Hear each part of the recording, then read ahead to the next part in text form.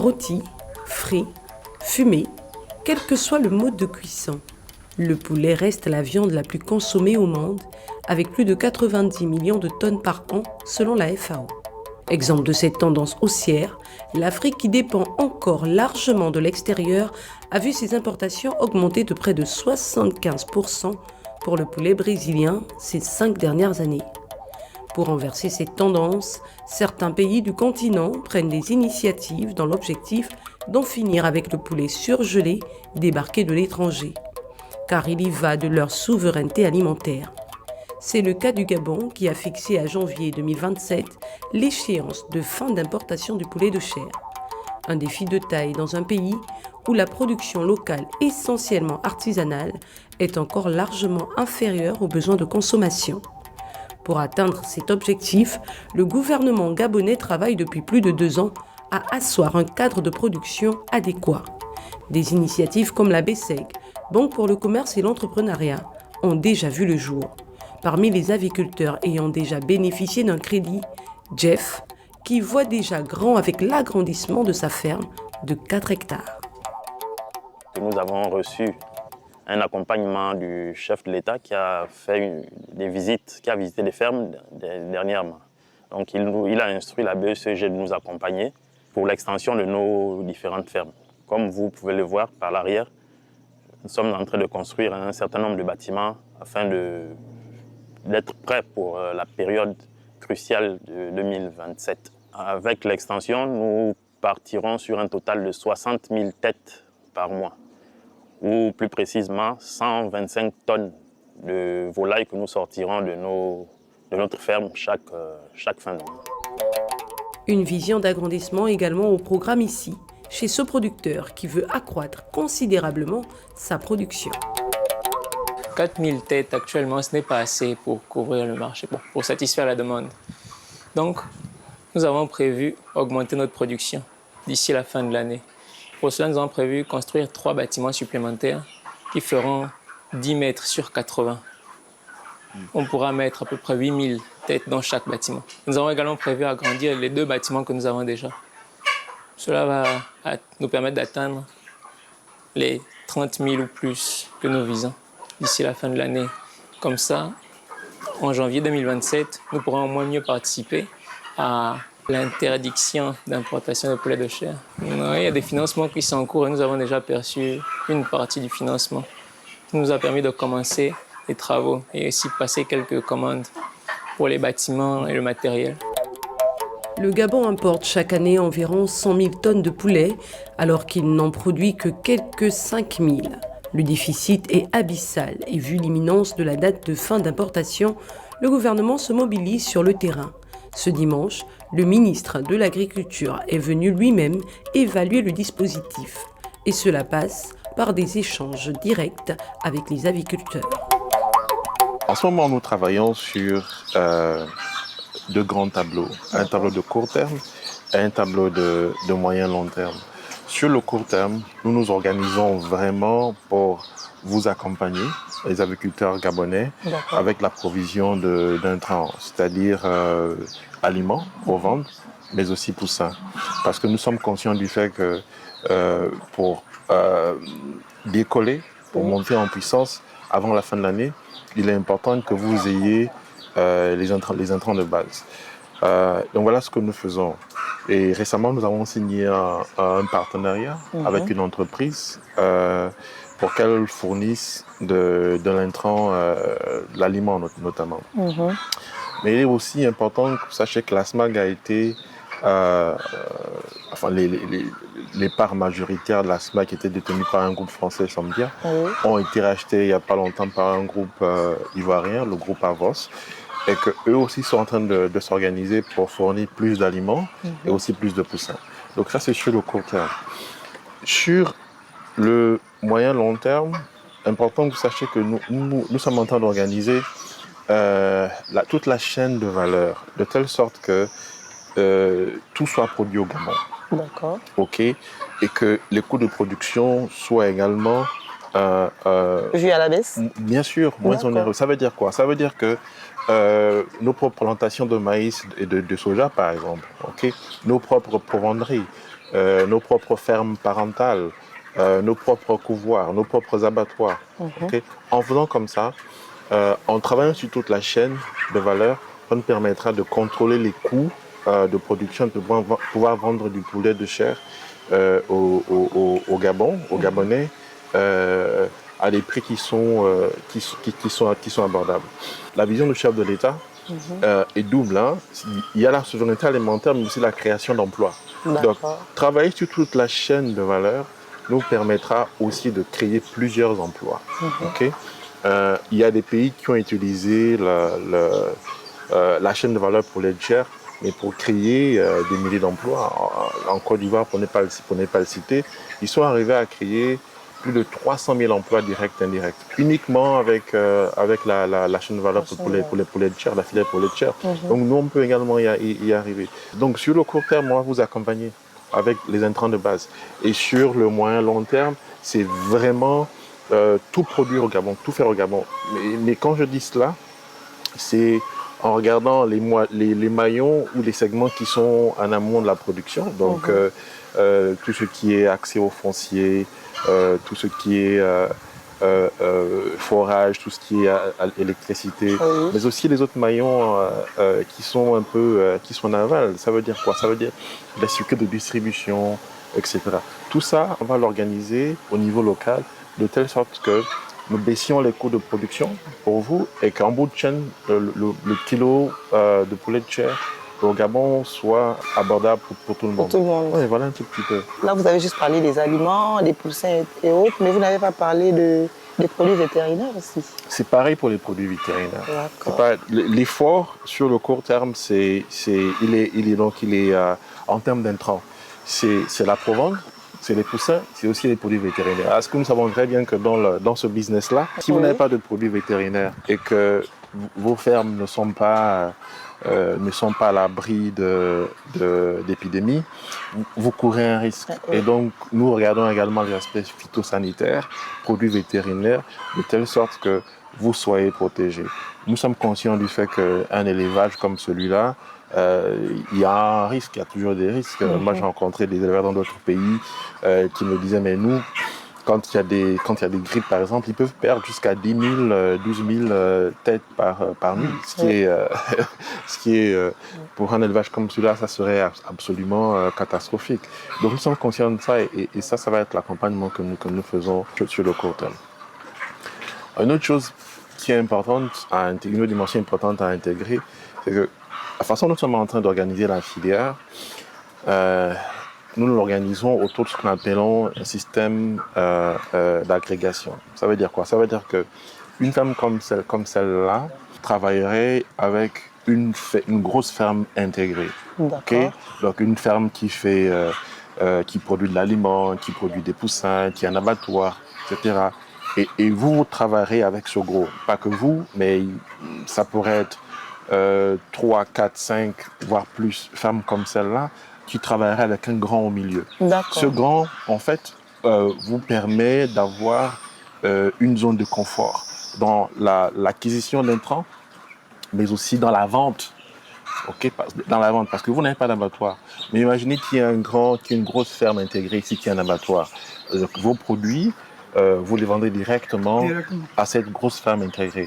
Donc, c'est la vision que nous avons. Donc, l'idée est de créer... là, nous avons 6 sites, 6 fermes avicoles nationales intégrées. Donc, une dans le Volentème, dans l'estuaire, dans le Haut-Ogooué, dans l'Ogooué maritime et Ngouné-Nyanga. Mais à terme, on aura plus que ces 6 fermes-là, ça c'est pour commencer. Et autour de ces 6 grandes fermes, qui vont vraiment être des fermes agro-industrielles, hein, il y aura des fermes comme les vôtres. Okay? Et donc produits phytosanitaires, mais aussi aliments, mais aussi poussins. Okay? Donc voilà, ça c'est ce que nous voulons faire, mais aller très vite. Hein. Donc pour que vous compreniez bien, tout ça est en marche déjà. Tout ça est en marche déjà, et nous voulons, l'ambition c'est que dans un an maximum, nous soyons autosuffisants en termes en termes de poulet de chair. Voilà. D'accord. Ok. Et sinon, quelles sont les autres difficultés que vous rencontrez au quotidien dans le... Déjà, on a le coût des aliments. Le coût de l'aliment, oui, c'est vraiment cher. Et on a déjà les produits vétérinaires aussi. Les produits vétérinaires sont chers aussi. Hein. Vraiment chers. Et il y a la difficulté sur la vente aussi. Comme je disais tout à l'heure, nos amis camerounais, en fait, prennent un peu le dessus. Voilà. Donc, quand ils viennent avec les œufs ou encore les produits sur le marché, ils baissent les coûts. Donc, parfois, si on vend le carton à 40 000, eux, ils viendront vendre à 35 000. Et tout le monde court là-bas. Et nous, on n'arrive pas à vendre. Et ça nous cause un peu de difficultés. C'est pourquoi je disais au début que c'est bien la prise de décision, mais il faudrait aussi voir ce côté-là. Parce que ça nous embête vraiment. Si on donne la possibilité aux Gabonais de travailler, il est mieux de vraiment voir aussi ce côté-là, nos voisins, donc d'arrêter. Mais vous savez, ce qui va se passer, il y a deux choses qui vont faire en sorte que vous repreniez le dessus. D'accord. Okay. La première chose, c'est baisser les coûts de production. La deuxième chose, c'est la qualité. Okay. Oui. En affaires, si vous avez des coûts qui sont des coûts de production qui sont contrôlés, vous produisez, vous vendez déjà à des prix qui sont compétitifs. Et si vous avez en plus la qualité, mais voilà, vous défiez toute concurrence. Nous avons la qualité. Voilà. Donc, vous avez la qualité et on vous accompagne dans le contrôle des coûts de production. Mais le prix du poulet made in Gabon reste encore hors de portée pour les foyers à revenus modestes. Un prix que les aviculteurs justifient par des coûts de production élevés. Ça dépend de la grosseur du poulet. Nous partons de 4 000 jusqu'à 10 000. Les poulets de 10 000 sont parfois de 3,5 kg, parfois 5 kg aussi. Un poulet à l'élevage nous coûte autour de 3 500 en fait. Donc, nous travaillons sur le fait de le ramener un peu plus bas parce que nous savons que les temps sont durs pour tout le monde en ce moment. Donc, nous nous battons afin de produire un poulet assez bas quand même. Le prix moyen de notre poulet est cher, oui. Et cela peut s'expliquer... Non, cela s'explique par les coûts de production qui sont élevés au Gabon. Parce que les poulets de chair, on les achète sous forme de poussins. D'un jour, ils ont juste éclos de l'œuf. Le poussin coûte déjà à peu près 1 000 francs. Si on ajoute à cela l'alimentation, les soins, également le salaire de ceux qui s'en occupent, les bâtiments et tout, le prix revient forcément plus cher que ce qui est produit à l'étranger. Parmi les difficultés liées à l'élevage de poulets, l'accès à la provende qui reste le nerf de la filière avicole. Il faut reconnaître que la SMAC ne communique pas assez sur ses coûts de production et autres. Déjà, nous n'avons même pas la possibilité de rencontrer l'un des responsables de la société. Tout ce qu'il y a à faire, c'est d'aller à la caisse ou au comptoir ou rencontrer le monsieur qui s'occupe des ventes. Vous savez qu'ils ont le monopole en matière d'aliments au niveau du Gabon. Donc, quelqu'un qui a le monopole ne va pas se laisser dicter certaines règles, c'est pas évident. En matière d'aliments, je produis une toute petite partie sur place et la grande majorité, je la fais venir de l'extérieur. À la SMAG, Société meunière agricole du Gabon, on avance le manque d'intrants produits localement, ce qui induit un recours systématique aux importations avec leurs factures salées, avec un effet de répercussion sur le prix de la provende. Oui, donc tout d'abord la provende. Ce qu'il faut savoir, c'est que le marché est ouvert, c'est-à-dire que tout opérateur qui souhaiterait importer ou fabriquer de la provende, il n'y a rien qui n'en empêche au Gabon. On nous dit souvent, vous êtes en quasi-monopole, etc., mais rien n'empêche. Donc ceux qui veulent se lancer peuvent se lancer et voir que ce n'est pas aussi simple et facile que ça. Nous, on est une entreprise industrielle, donc notre activité, c'est de fabriquer et après, on vend à des distributeurs, lesquels distributeurs vendent aux aviculteurs. Donc on a 3 principaux distributeurs, 2 entreprises qui sont situées à Issassa, Et puis, on a le réseau Point Vert, que tout le monde connaît dans l'agriculture, donc qui, lui, est implanté sur tout le territoire. Nous, on a un prix, en fait, nos distributeurs, ils se payent sur la base de la ristourne. C'est-à-dire que nous, il y a un prix de vente, et le distributeur, il a une ristourne. Donc le prix, il est fixe, et nous, on prend en charge le transport. Un aviculteur, il va toujours trouver que le prix de l'aliment est trop cher. Pourquoi ? Parce que c'est ça le principal coût de son exploitation. Donc nous, on calcule nos prix de vente en fonction de nos prix de revient. Le problème, c'est qu'on n'a pas d'intrants locaux. Donc les gros intrants, c'est le blé, le maïs, le soja. Donc du blé, on ne peut pas cultiver au Gabon parce que le climat n'est pas propice à la culture du blé. Mais par contre, on peut faire du maïs et du soja. Donc nous, on incite tout agriculteur ou le gouvernement, et nous, on veut bien travailler avec les gens de bonne volonté pour qu'ils plantent du maïs et du soja au Gabon qui ça va probablement faire diminuer le coût de revient et donc notre prix de vente. Nous nous organisons pour que la chaîne de valeur poulet de chair, la filière poulet de chair, soit entièrement organisée au Gabon. Ça veut dire quoi? Ça veut dire que aujourd'hui, par exemple, nous importons l'aliment, la provende. Mais à terme, nous allons avoir nos propres plantations de maïs et de soja, qui sont les éléments de base pour faire l'aliment. Plantation de maïs et de soja au Gabon, provenderie au Gabon, production de poulet de chair avec des fermes modernes au Gabon, abattoir au Gabon. Ça nous permettra de répondre à deux impératifs du chef de l'État, qui sont la souveraineté alimentaire et la production d'emplois pour les jeunes Gabonaises et les jeunes Gabonais. Effectivement, la SMAG, dans son entièreté, parce que n'oublions pas que l'État a 35% des parts de la SMAG. L'actionnaire majoritaire qui était Somdia, qui fait partie du groupe français Castel, a vendu ses parts à un groupe ivoirien, le groupe Avos. Nous avons rencontré il n'y a pas longtemps le PDG du groupe Avos. Okay. Nous sommes en train de nous organiser avec la SMAG pour avoir donc de la provende en quantité suffisante et bon marché. Nous avons signé le 4 mai dernier une convention avec une entreprise de la sous-région pour fournir de l'intrant, pour fournir de la provende. Et ils vont commencer à le faire dans 2 semaines.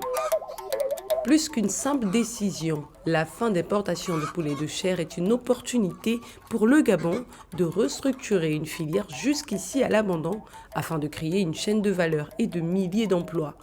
Pour y parvenir, le gouvernement mise aussi sur des gros producteurs industriels qui s'installent au Gabon. Nous sommes tout à fait satisfaits du fait que nos efforts pour avoir des industriels qui viennent s'implanter au Gabon avec des fermes modernes sont bien engagés. Nous regardons aussi les éléments de prix de vente du kilo de poulet de chair.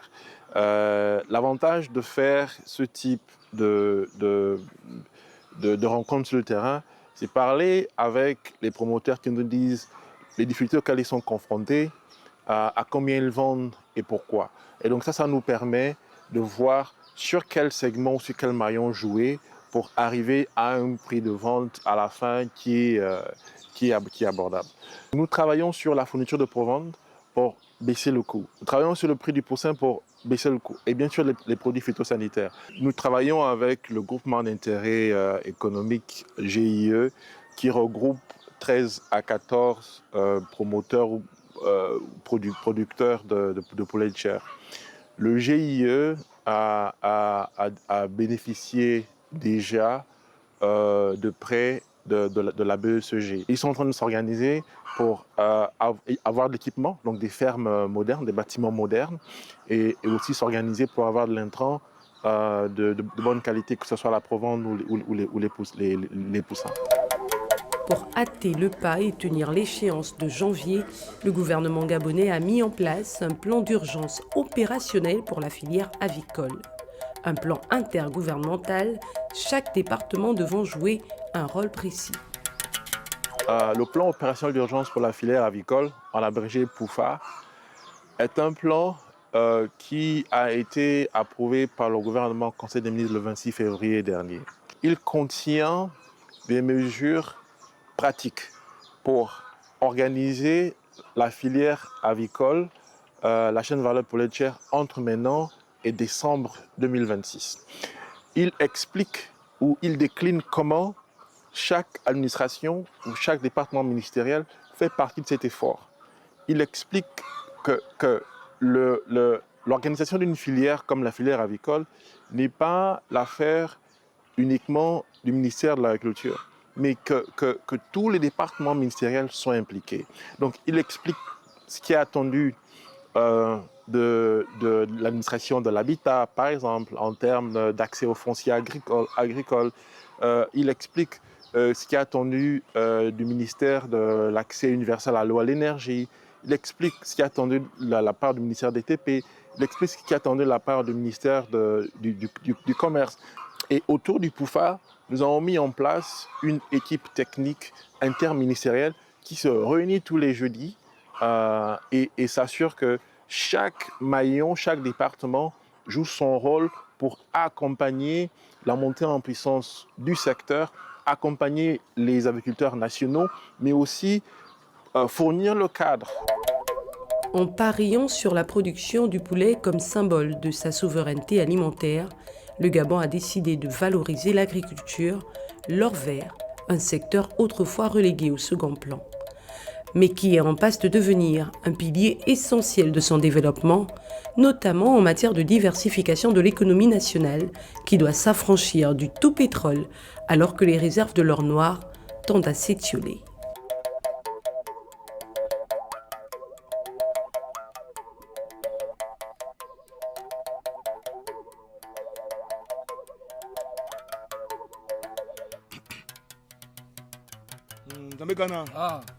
Zanga. Basi.